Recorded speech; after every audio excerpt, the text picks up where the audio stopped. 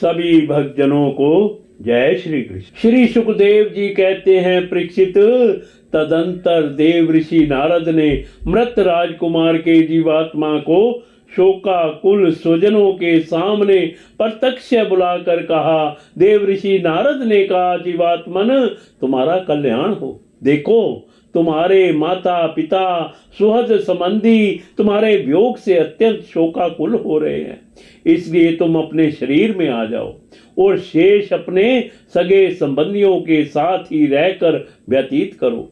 अपने पिता के दिए हुए भोगों को भोगो और राज सिंहासन पर बैठो। जीवात्मा ने कहा, देव ऋषि जी, मैं अपने कर्मों के अनुसार देवता, मनुष्य, पशु, पक्षी आदि योनियों में ना जाने कितने जन्मों से भटक रहा हूं।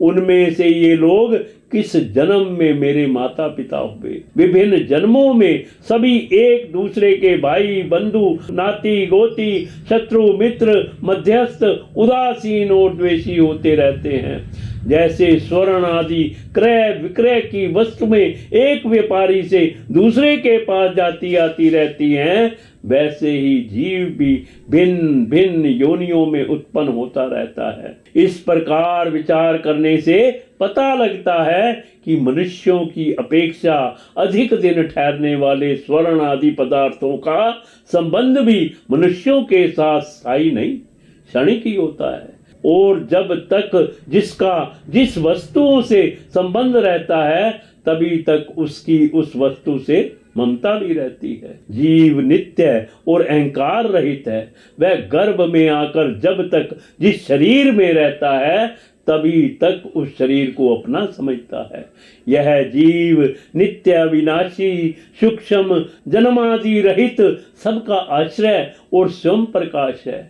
इसमें स्वरूप जन्म मृत्यु आदि कुछ भी नहीं है। फिर भी यह ईश्वर रूप होने के कारण अपनी माया के गुणों से ही अपने आप को विश्व के रूप में प्रकट कर देता है। इसका ना तो कोई अत्यंत प्रिय है और ना अप्रिय, ना अपना और ना पराया, क्योंकि गुण दोष हित अहित करने वाले मित्र शत्रु आदि की भिन्न भिन्न बुद्धि वृत्तियों का यह अकेला ही साक्षी है। वास्तव में यह अद्वितीय है। यह आत्मा कर्म कारण का साक्षी और स्वतंत्र है। इसलिए यह शरीर आदि के गुण दोष अथवा कर्म फल को ग्रहण नहीं करता, सदा उदासीन भाव से स्थित रहता है। श्री सुखदेव जी कहते हैं, वह जीवात्मा इस प्रकार कहकर चला गया। उसके सगे संबंधी उसकी बात सुनकर अत्यंत विस्मित हुए। उनका स्नेह बंधन कट गया और उसके मरने का शोक भी जाता रहा। इसके बाद जाति वालों ने बालक की मृत देह को ले जाकर तत्कालोचित संस्कार और अधर्म देहिक क्रियाएं पूर्ण की और उस दुस्तज्ञ स्नेह को छोड़ दिया, जिसके कारण शोक, मोह, भय और दुख की प्राप्ति होती है।